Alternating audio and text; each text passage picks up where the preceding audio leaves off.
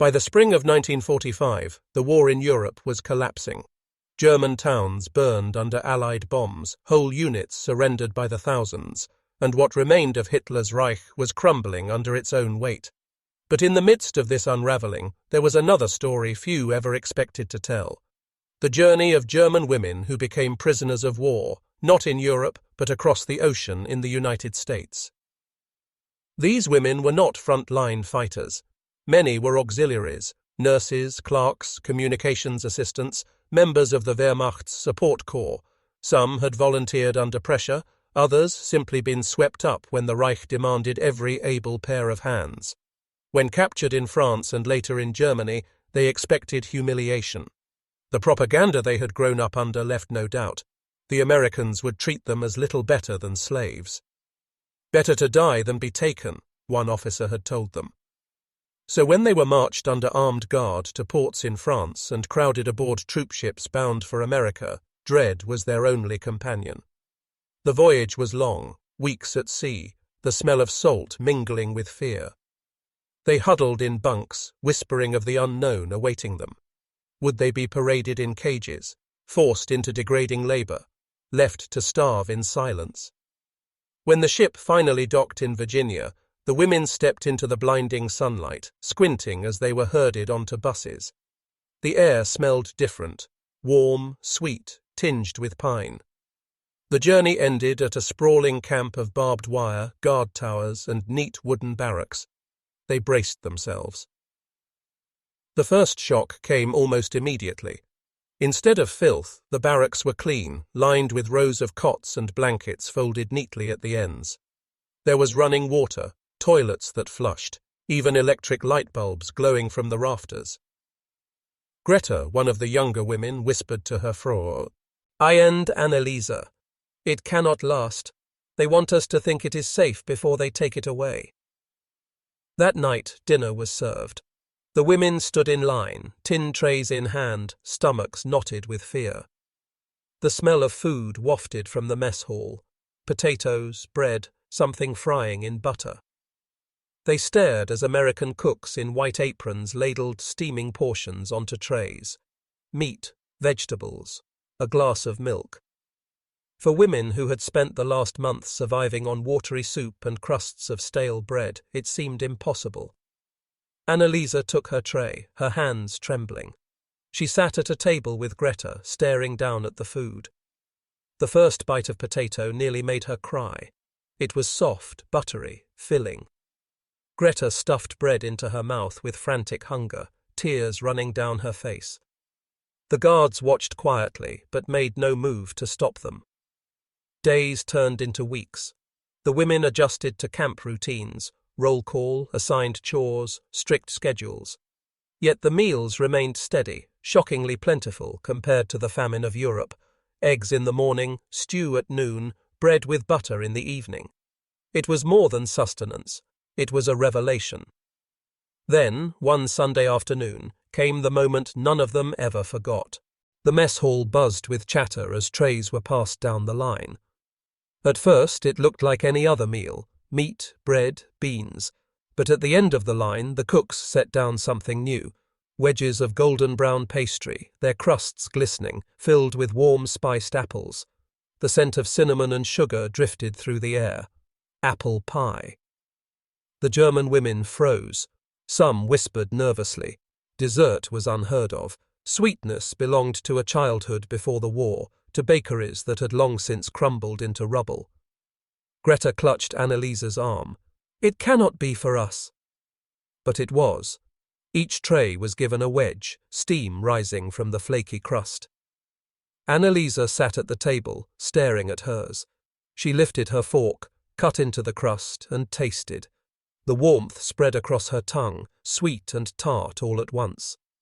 Her throat tightened. She tried to swallow, but tears came first. Around her, other women wept quietly.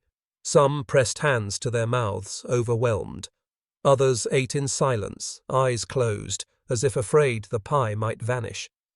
Greta laughed through tears, saying, "It tastes like a memory." The guards did not mock them. They said nothing at all. They only watched, arms folded, while their prisoners rediscovered a piece of humanity in the sweetness of pie. That night, Annalisa wrote in the margin of an old notebook she had smuggled in her belongings, "Today we ate apple pie. I never thought I would write those words as a prisoner. I thought I would die nameless in a foreign land. Instead, I tasted something so ordinary it became extraordinary. It was only pie, but in its sweetness I felt human again." For women who had braced for chains, the shock was not in cruelty, but in kindness. Apple pie became a symbol, not just of food, but of survival, of dignity, of a reminder that even in captivity they were still alive. And that first taste would become a memory carried. One evening she confided to Greta, "We were told the Americans were animals, but tell me, what kind of animal bakes apple pie for prisoners?" Greta only smiled sadly and whispered, "Perhaps they are not the animals after all." The pie became more than food. It became a symbol of dissonance. Some women wrote about it in secret diaries. "We ate pie today. I tasted home." Others folded the story into letters when the Red Cross allowed them to write. They described the crust, the sweetness, the shock of being treated like human beings. Families in ruined German towns wept as they read, "Our daughters are captives, yet they eat better than we do." Not all guards approved. A few muttered that the women did not deserve such treatment, but the policy was firm. The Geneva Convention applied. Prisoners were to be treated with dignity. The cooks obeyed orders, the pies kept coming. For the women, it became a strange kind of torture, to be reminded each week of a world without war, a world of kitchens and bakeries and laughter. Apple pie was not just dessert. It was memory, longing, guilt, and gratitude all at once. Annalisa scribbled again in her notebook, "The sweetness is harder to bear than cruelty. Cruelty we prepared for. But kindness, it unsettles us. It makes us ask questions we dare not answer. Why feed us like this? Why remind us of what we lost?" One night, an elderly nurse named Lotta gathered the younger women around her bunk. She spoke softly, her voice trembling. "When I was a girl, my father brought home apples from the orchard. My mother baked them into pies on Sundays. Today, I tasted that again. And I hated it, because it reminded me of what we destroyed. But I also loved it, because it reminded me I was still alive." The group sat in silence, their hearts caught between grief and sweetness. As weeks passed, the story of the apple pie spread beyond the women. His barracks, guards wrote home about it. Families in America received letters from soldiers describing the tears of German women over dessert. Newspapers back home sometimes carried lines like, "Even our enemies taste American apple pie." For some, it became a quiet point of pride, a symbol that America's strength lay not only in weapons, but in mercy. But for the women, it was more complicated. Each bite of pie carried layers of memory and contradiction. They remained prisoners. They were still far from home, behind fences and under watch. Yet in that one taste, week after week, they found something that war had nearly erased, the reminder that life could still be sweet. And as they ate, many could not help but weep, torn between the weight of guilt and the fragile shock of mercy. By autumn of 1945, the women in the American prison camps had settled into a strange routine of captivity that bore little resemblance to what they had feared. The war was over, Germany in ruins, but here, on American soil, life moved to a rhythm of roll calls, chores, and meals that arrived with unfailing regularity. And always, once a week, there was apple pie. The dessert had become legend within the barracks. Women whispered about it long before it appeared, timing the days like children waiting for a holiday. The smell of cinnamon drifting from the kitchens was enough to bring silence to the mess hall. Forks paused, conversations ended. For those few minutes, they were no longer prisoners, but daughters, sisters, women who remembered what it was to sit at family tables before the war consumed everything. But the sweetness carried weight. With every bite, guilt pressed down. They thought of their families in Dresden, Hamburg, Cologne, scraping for potatoes in bombed-out streets, boiling weeds in tin pots. Here they sat as captives, eating better than their own mothers. Some confessed their shame openly. Others wrote about it only in hidden notes, folded tightly into diaries or scratched onto scraps of paper. Annalisa wrote, "Apple pie is joy and sorrow in one mouthful. It makes me weep, not only because it is sweet, but because it is mercy.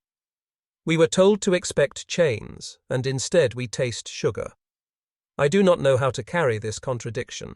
The contradictions followed them into release." By 1946, many of the camps began to empty. Ships carried the prisoners back across the Atlantic, returning them to a homeland divided and broken. On the day of departure, some women smuggled small tokens into their luggage: a bar of American soap, a scrap of towel, even a folded recipe for pie scribbled by a sympathetic cook. Greta wept when she realized she had no way to carry the taste itself. The voyage home was long and heavy with dread. The women stared at the horizon, wondering what awaited them in ruins. Would neighbors see them as traitors for surviving? Would families shun them for speaking of mercy from the enemy? Many decided never to tell the full truth. Back in Germany, the contrast was overwhelming. Streets remained shattered, shops empty, bellies still hollow.